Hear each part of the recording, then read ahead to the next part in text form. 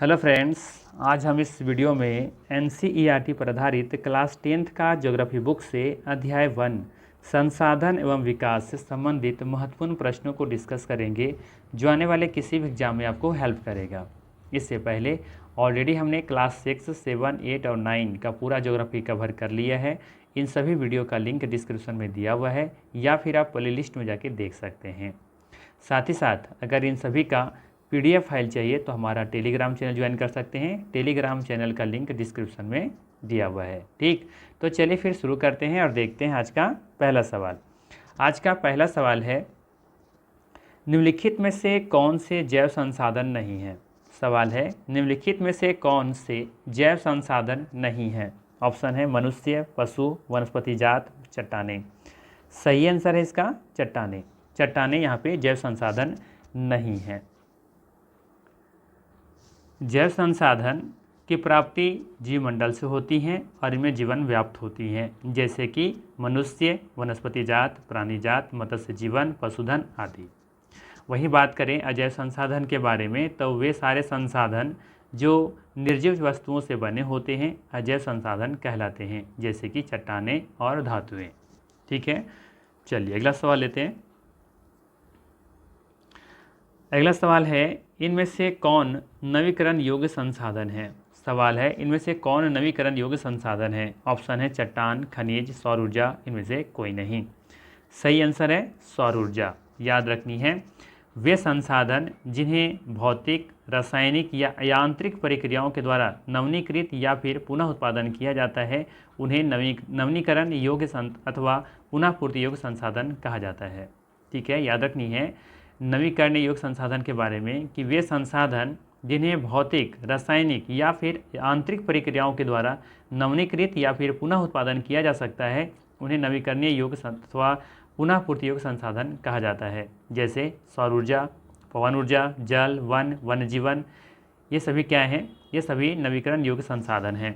वहीं बात करें अनवीकरणीय योग्य संसाधन के बारे में तो इन संसाधनों का विकास एक लंबे भूवैज्ञानिक अंतराल में होता है। खनिज और जीवाश्म ईंधन इस प्रकार के संसाधनों के उदाहरण हैं। इनके बनने में लाखों वर्ष लग जाते हैं। तो ये यहाँ पे देखेंगे कि चट्टान और खनिज अनवीकरणीय योग्य संसाधन हैं, जबकि सौर ऊर्जा नवीकरणीय योग्य संसाधन है। तो यहाँ पे सी ऑप्शन सही है। चलिए अगला सवाल लेते हैं। देखिएगा यहाँ पे दे रखा है, जैसा कि यहाँ पे अनवीकरणीय योग्य संसाधन में कि कोयला, तेल, प्राकृतिक गैस और कुछ धातुएं और खनिज शामिल हैं, अर्थात इसमें शामिल किए जाते हैं अनवीकरणीय योग्य संसाधन में जिन्हें बनाने में या फिर पाने में लाखों वर्ष लग जाते हैं। ठीक है, ध्यान रखनी है, कोयला, तेल, प्राकृतिक गैस, कुछ धातुएं, खनिज जितने भी हैं ये सभी इनको बनने में लाखों वर्ष लग जाते हैं, इसलिए सभी अनवीकरणीय योग्य संसाधन हैं। चलिए अगला सवाल है। सवाल है, काली मृदा को किस नाम से जाना जाता है। ऑप्शन है जलोढ़ मृदा, खादर, रेगूर या फिर बांगर। सही आंसर है रेगूर। याद रखनी है, काली मिट्टी को रेगूर के नाम से जाना जाता है। इसके बारे में और भी जानना जरूरी है, ध्यान दीजिएगा। यहाँ पे काली मृदा को रेगूर मृदा, काली कपास मृदा, ट्रॉपिकल ब्लैक अर्थ एवं ट्रॉपिकल चैनोजम आदि के नाम से भी जाना जाता है। यह मिट्टी कपास उगाने के लिए सबसे उपयुक्त मानी जाती है। इस मिट्टी का रंग काला या गहरा भूरा होता है। इसमें ह्यूमस भरपूर मात्रा में होता है। इसमें पोटेशियम, चूना और मैग्नीशियम भी भरपूर मात्रा में देखने को मिलती हैं और इसमें नाइट्रोजन और फास्फोरस की मात्रा कम होती हैं। इसमें नमी धारण करने की क्षमता बहुत अधिक होती है। यह पानी के लिए अवरोधक होती है और जल्दी से ही ये गीली हो जाती हैं। काली मृदा का निर्माण बेसाल्ट चट्टानों का अपक्षय से होता है और यह भारत के प्रायद्वीपीय पठार, विशेष रूप से यह महाराष्ट्र, मध्य प्रदेश, गुजरात और आंध्र प्रदेश में ये मिट्टी पाई जाती हैं। ठीक है, तो ये सभी काली मिट्टी के बारे में आपको याद रखनी है। अगला सवाल है, नई जलोढ़ मिट्टी को क्या कहा जाता है। ऑप्शन है खादर, बांगर, लाल मिट्टी या फिर पीली मिट्टी। सही आंसर है खादर। नई जलोढ़ मिट्टी को खादर के नाम से जानते हैं। याद रखना है, आयु के आधार पर जलोढ़ मिट्टी को दो भागों में बांटी जाती हैं, पुरानी जलोढ़ मिट्टी और नई जलोढ़ मिट्टी। पुरानी जलोढ़ मिट्टी को बांगर कहा जाता है, जबकि नई जलोढ़ मिट्टी को खादर के नाम से जानते हैं। बांगर मिट्टी में कंकड़ ग्रंथियों की मात्रा ज़्यादा होती है और ये भी याद रखना है कि खादर मिट्टी में बांगर मिट्टी की तुलना में ज़्यादा महीन कण पाए जाते हैं और जलोढ़ मिट्टी बहुत ही उपजाऊ होती है, ये भी आपको याद रखनी है। चलिए अगला सवाल लेते हैं। अगला सवाल है कि किस मिट्टी में लौह धातु की अधिकता होती है। सवाल है किस मिट्टी में लौह धातु की अधिकता होती है। ऑप्शन है लाल मिट्टी, काली मिट्टी, लेटेराइट मिट्टी या फिर इनमें से कोई नहीं। सही आंसर है यहाँ पे ये ऑप्शन लाल मिट्टी। याद रखना है लाल मिट्टी में लौह धातु की अधिकता होती है या फिर प्रचुर मात्रा में पाई जाती है। अगला सवाल है लौह किस प्रकार का संसाधन है। सवाल है लौह किस प्रकार का संसाधन है। ऑप्शन है नवीकरण योग्य, जैव संसाधन, अनवीकरणीय योग्य या फिर प्रवाह। इसका सही आंसर है ऑप्शन नंबर सी, अनवीकरणीय योग्य। लौह अनवीकरणीय योग्य संसाधन है, आपको याद रखनी है। ठीक है, बाकी हमने बता दिया है कि अनवीकरणीय योग्य संसाधन क्या होते हैं, जबकि नवीकरणीय योग्य संसाधन क्या होते हैं। अगला सवाल है बांगर और खादर किस प्रकार की मिट्टी है। जलोढ़ मिट्टी, काली मिट्टी या फिर लाल पीली मिट्टी या फिर पर्वतीय मिट्टी। सही आंसर है इसका ऑप्शन नंबर ए, जलोढ़ मिट्टी। बांगर और खादर जलोढ़ प्रकार की मिट्टी है, ये ऑप्शन यहाँ पे सही होगा। ठीक, चलिए अगला सवाल लेते हैं। सवाल है किस प्रकार की मिट्टी में कंकड़ की मात्रा अधिक होती है। ऑप्शन है खादर, बांगर, लाल या फिर लेटेराइट। पहले ही बता चुके हैं, सही आंसर होगा इसका बांगर। बांगर मिट्टी में कंकड़ की मात्रा अधिक होती है, जबकि खादर मिट्टी में देखेंगे कि कंकड़ की मात्रा नगण्य होती है, और ये भी कह सकते हैं कि बहुत ही सूक्ष्म, मतलब से जो कण होते हैं बहुत ही महीन होती हैं खादर मिट्टी में। चलिए ध्यान दीजिएगा, बांगर मिट्टी जलोढ़ मृदा का ही एक प्रकार है, लेकिन यह खादर से अधिक पुरानी होती है और इसमें कंकड़ तथा बजरी अधिक मात्रा में पाई जाती हैं। किसमें? बांगर मिट्टी में।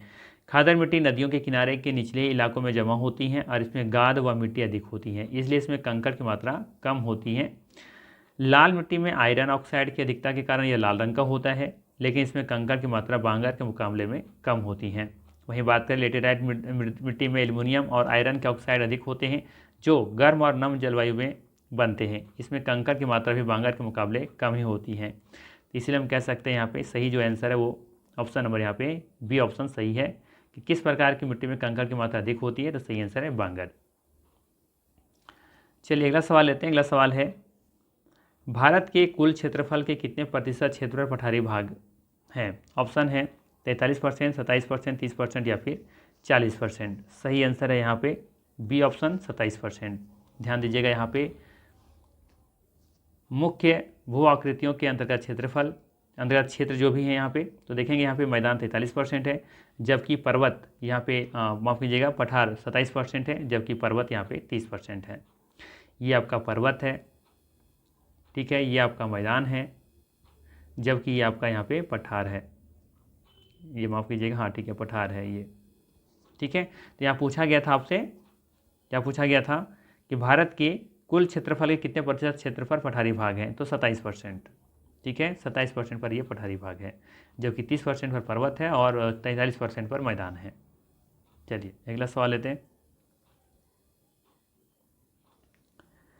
अगला सवाल है समाप्यता के आधार पर संसाधन कितने प्रकार के होते हैं। ऑप्शन है 3, 4, 2 या फिर 6। सही आंसर है यहाँ पे 2। समाप्यता के आधार पर संसाधन 2 प्रकार के होते हैं, सी ऑप्शन यहाँ पे सही है। ठीक है, याद रखिएगा यहाँ पे संसाधनों को जनरली 4 भागों में बांटा जा सकता है। उत्पत्ति के आधार पर, समाप्यता के आधार पर, स्वामित्व के आधार पर और विकास के स्तर के आधार पर। तो उत्पत्ति के आधार पर पूछा जाए तो 2 प्रकार के होते हैं, जैव और अजैव।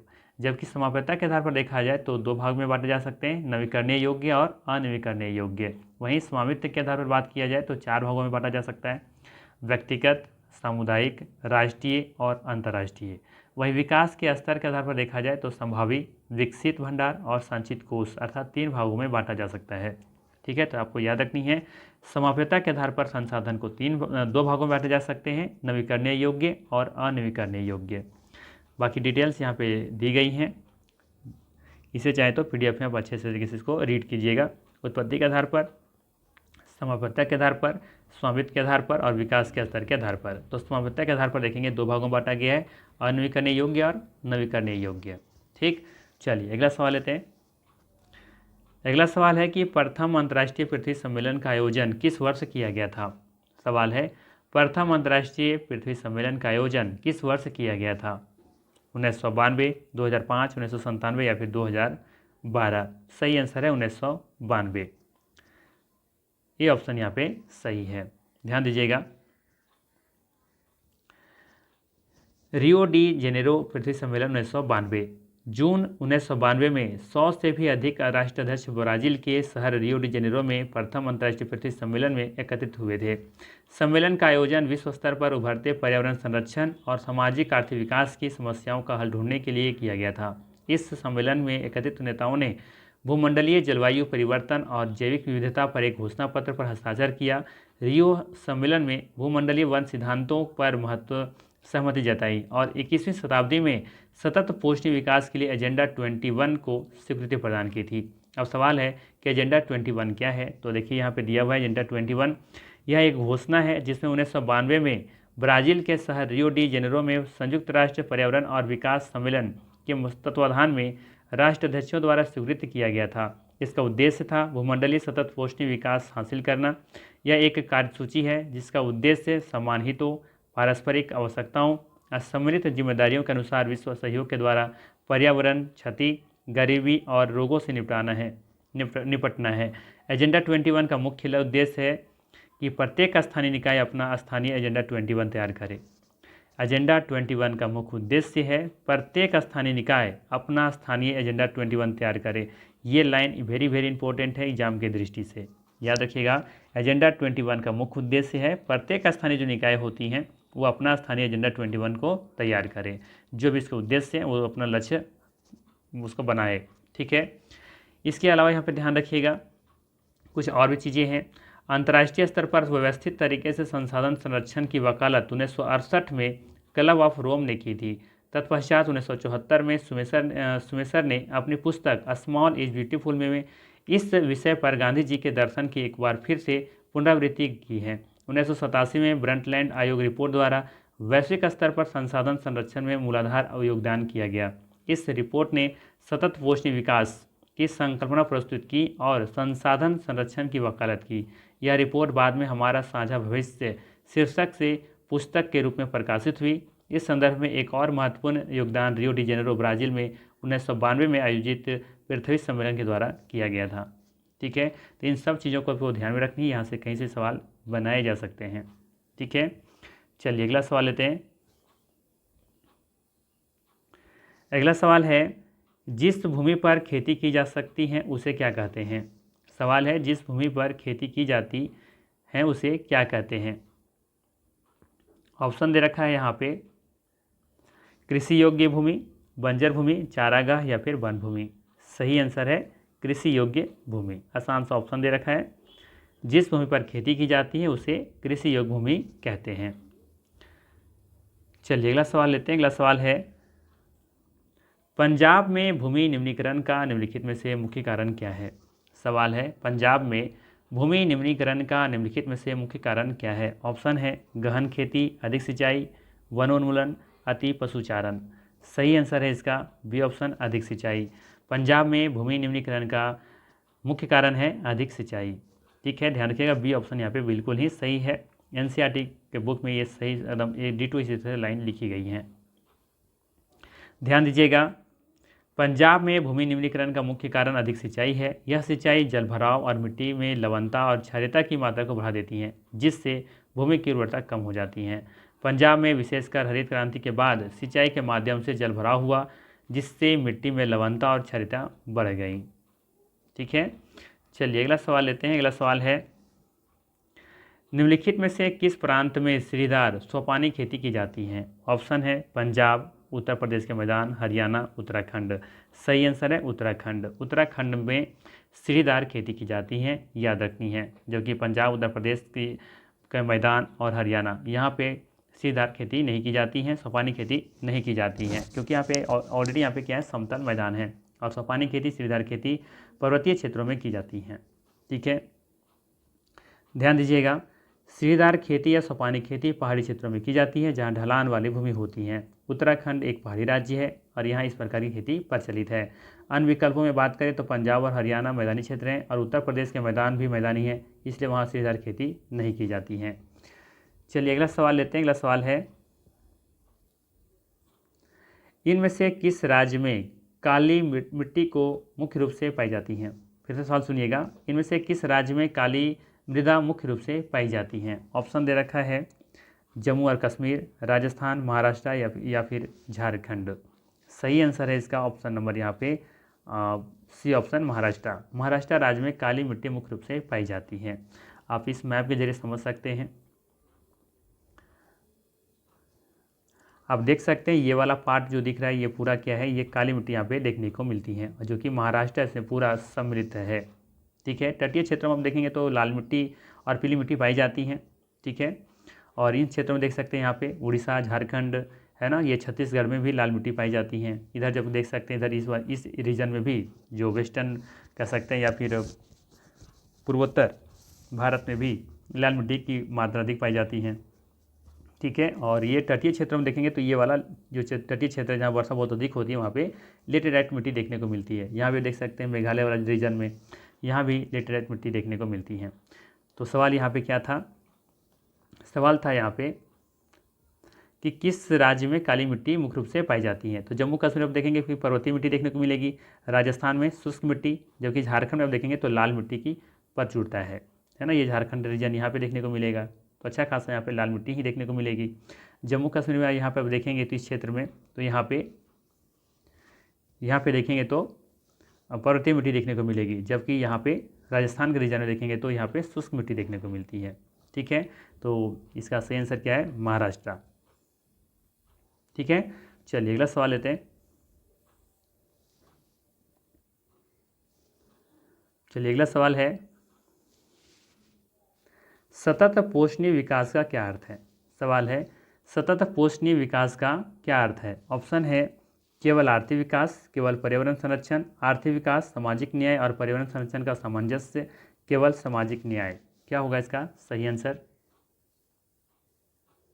सही आंसर होगा सी ऑप्शन, आर्थिक विकास, सामाजिक न्याय और पर्यावरण संरक्षण का सामंजस्य। सतत पोषणीय विकास का अर्थ है आर्थिक विकास, सामाजिक न्याय और पर्यावरण संरक्षण का सामंजस्य।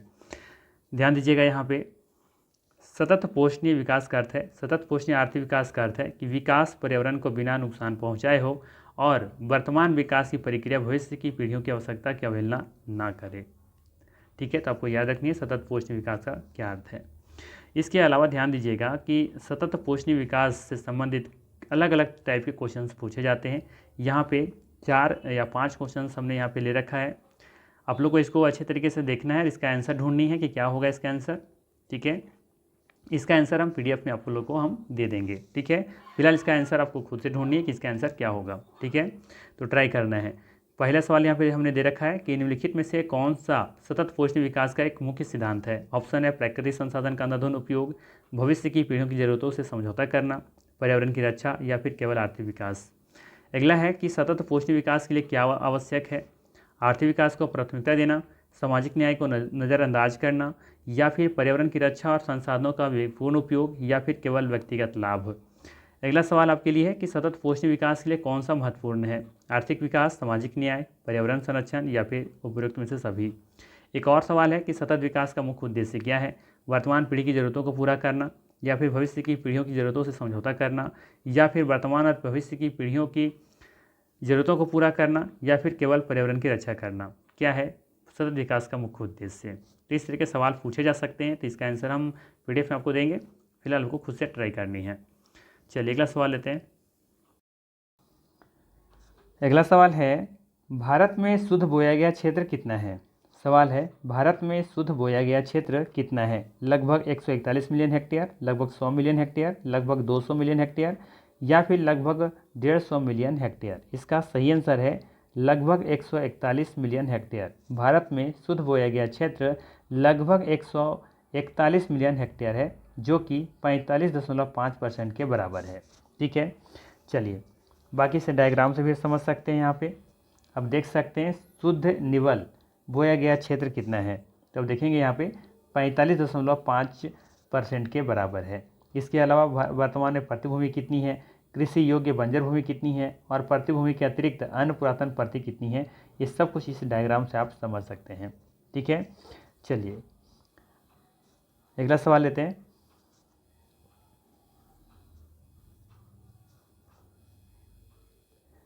अगला सवाल है, लेटेराइट मिट्टी में मुख्यतः कौन सी वन पाई जाती हैं? लेटेराइट मिट्टी में मुख्यतः कौन सी वन पाई जाती हैं? सदाबहार वन, पर्णपाती वन, एक बी दोनों या फिर इनमें से कोई नहीं। सही आंसर इसका सी ऑप्शन ए और बी दोनों। ध्यान रखिएगा, लेटेराइट मिट्टी में मुख्यतः सदाबहार वन और पर्णपाती वन ये दोनों वन पाई जाती हैं।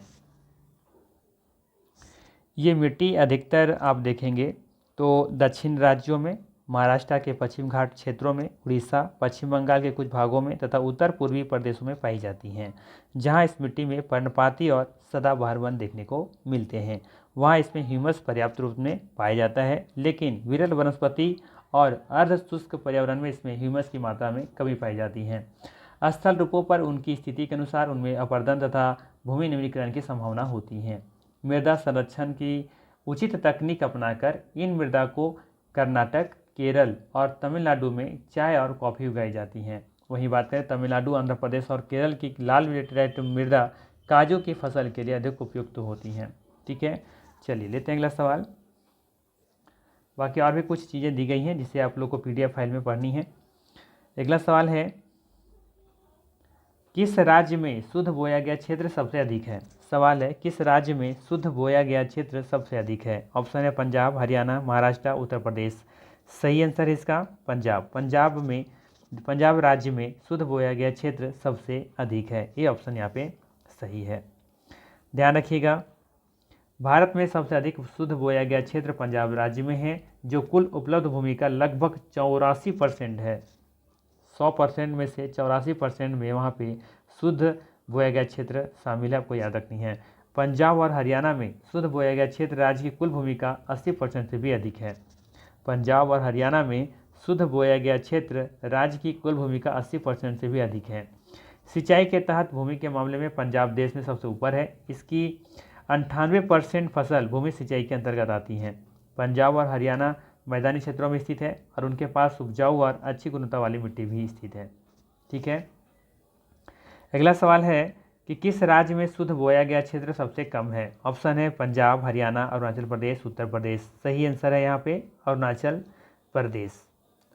अरुणाचल प्रदेश राज्य में शुद्ध बोया गया क्षेत्र सबसे कम है, जहाँ पे 10% से भी कम आपको देखने को मिलेगा शुद्ध बोया गया क्षेत्र।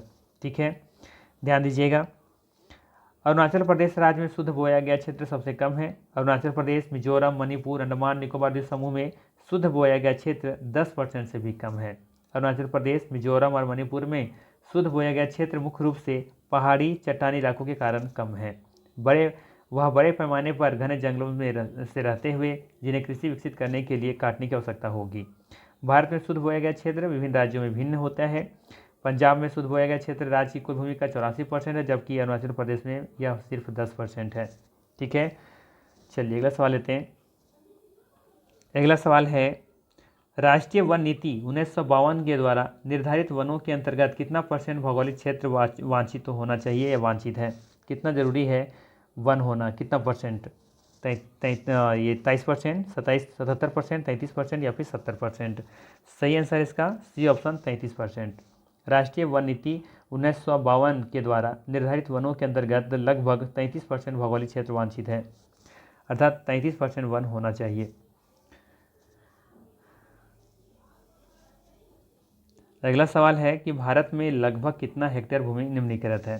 सवाल है, भारत में लगभग कितना हेक्टेयर भूमि निम्नीकृत है? ऑप्शन दे रखा है 12 crore hectare, 13 crore hectare, 14 crore hectare या फिर 15 करोड़ हेक्टेयर। सही आंसर है इसका 13 करोड़ हेक्टेयर। भारत में लगभग देखेंगे तो 13 करोड़ हेक्टेयर भूमि निम्नीकृत है। ठीक है, बी ऑप्शन यहाँ पे सही है, ध्यान रखिएगा।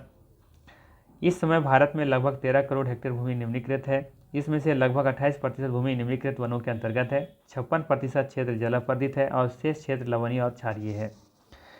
13 करोड़ हेक्टेयर भूमि में से देखेंगे 28% जो भूमि है वो क्या है, भूमि निम्नीकृत वनों के अंतर्गत आता है, जबकि 56% क्षेत्र जो है वो जल से अपर्दित है और शेष जो क्षेत्र है वो लवणीय और क्षारीय है। ठीक है, चलिए अगला सवाल है, एक लाइन और दे रखा है, इसको देख लेते हैं क्या दिया है। कुछ मानव क्रियाओं जैसे कि वनोन्मूलन, अति पशुचारण, खनन ने भी भूमि के निम्नीकरण में मुख्य भूमिका निभाई है। अब अगला सवाल है, निम्नलिखित में से कौन सी मृदा हिमालय की 3 महत्वपूर्ण नदी तंत्रों सिंधु, गंगा और ब्रह्मपुत्र नदियों के द्वारा लाए गए निक्षेपों से बनी है। बहुत अच्छा सवाल है। निम्नलिखित में से कौन सी मृदा हिमालय की 3 महत्वपूर्ण नदी तंत्र सिंधु, गंगा और ब्रह्मपुत्र नदियों के द्वारा लाए गए निक्षेपों से बनी हुई है? काली मिट्टी, जलोढ़ मिट्टी, लाल और पीली मिट्टी या फिर शुष्क मिट्टी? सही आंसर है इसका ऑप्शन नंबर बी, जलोढ़ मिट्टी। ठीक है, ध्यान रखिएगा, जलोढ़ मिट्टी हिमालय की 3 महत्वपूर्ण नदी तंत्र सिंधु, गंगा और ब्रह्मपुत्र नदियों के द्वारा लाए गए निक्षेपों से बनी है। ठीक है, तो यहाँ पे बी ऑप्शन बिल्कुल ही सही आपको ध्यान में रखना है। ध्यान रखना है, संपूर्ण उत्तरी मैदान जलोढ़ मृदा से बना हुआ है। यह मृदा हिमालय की 3 महत्वपूर्ण नदी तंत्र सिंधु, गंगा और ब्रह्मपुत्र नदियों के द्वारा लाए गए निक्षेपों से बनी है और एक संकरे गलियारे के द्वारा ये मृदा राजस्थान और गुजरात तक ये फैली हुई हैं। पूर्वी तटीय मैदान विशेषकर महानदी, गोदावरी, कृष्णा और कावेरी नदियों के डेल्टा ने भी जलोढ़ मिट्टी से बने हुए हैं या इनके द्वारा निर्माण किया गया है। अब देख सकते हैं इस मैप पर, ये वाला तो पूरा है यहाँ पे उत्तर भारत जलोढ़ मिट्टी से बना हुआ है, जबकि ये देखेंगे यहाँ पे ये वाला जो तटीय क्षेत्र है यहाँ भी जलोढ़ मिट्टी आपको देखने को मिल जाएगी। ठीक है, तो ये पूरी जो तटीय मैदान है विशेषकर महानदी, गोदावरी, कृष्णा और कावेरी नदियों के डेल्टे भी जो हैं वो जलोढ़ मिट्टी से ही बने हुए हैं। ठीक है, चलिए लेते हैं अगला सवाल। बाकी जलोढ़ मिट्टी के बारे में बहुत कुछ लिखी गई है, इसे PDF में आप लोगों को पढ़नी है।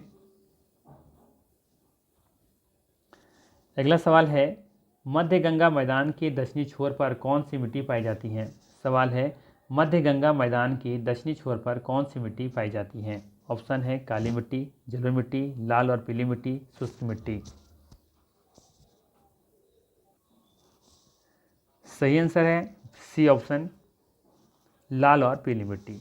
मध्य गंगा मैदान के दक्षिणी छोर पर लाल और पीली मिट्टी पाई जाती है। ठीक है, इस मैप के जरिए आप समझ सकते हैं, यहाँ पे आप देख सकते हैं ये है मध्य गंगा का मैदान का एरिया ये वाला, और इसी के दक्षिण छोर पर आप देखेंगे तो लाल मिट्टी यहाँ पे विकसित हुई है।